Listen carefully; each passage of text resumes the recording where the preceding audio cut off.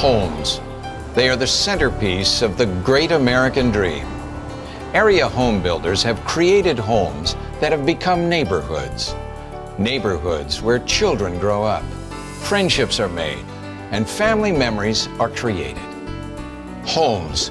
They're the most important places in our lives. And yet some people are worried that the continued creation of new homes will place economic burdens on our communities, that adding new families will stress our school systems, police and fire protection, and other community services.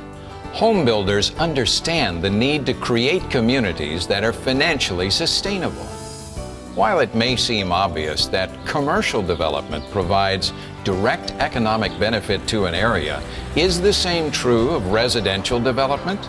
The fact is, commercial and industrial development almost always follow residential growth. But the question remains, does new residential housing really pay its own way? Is there enough additional revenue generated to support the public services needed in the communities involved? To answer these questions, a recent study was performed by Impact Data Source, a firm from Austin, Texas, which specializes in fiscal impact assessments. It was paid for by the Urban Choice Coalition, a group of volunteer leaders from business, labor, and government interested in quality economic growth for our region. The findings provide information that will be helpful to the leaders who must plan for the future of our communities. 5 fast-selling new home communities of varying sizes, price ranges, and locations were closely analyzed. They were located within the boundaries of 30 separate local governments that included school districts, fire districts, recreation districts, library districts, cities, and other units of government. The study showed that not only were these new home communities carrying their own weight, but in every case, they were actually profit centers for their local government. Let's look at one of the 5 examples. The Villages at Darden in St. Charles County. This is a 634-acre subdivision with nearly 1,500 homes. The homes range in size from 1,400 to 3,400 square feet, and their average market value at completion was approximately $180,000. The Villages at Darden was built within 9 taxing districts. When the study was completed, it showed that the total annual revenues from all sources contributed almost $13 million to the 9 taxing districts in which it was built.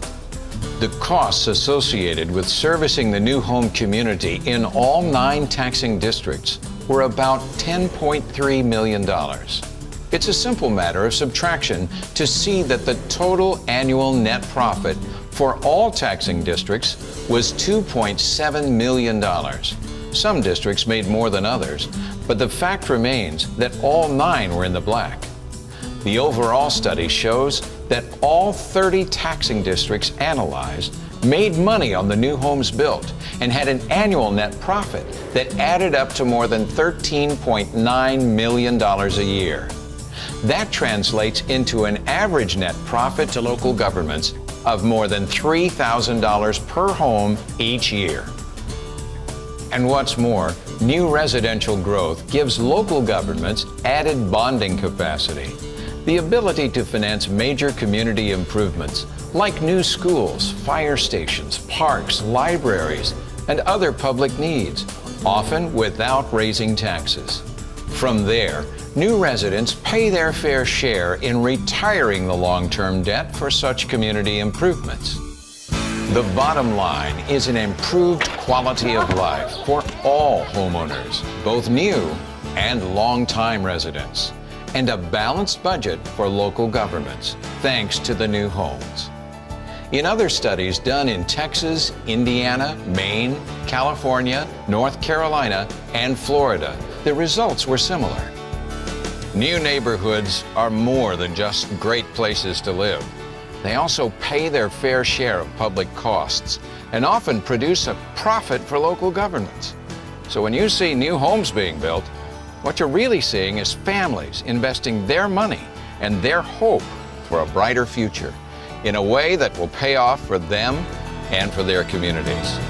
It's all part of the great American dream.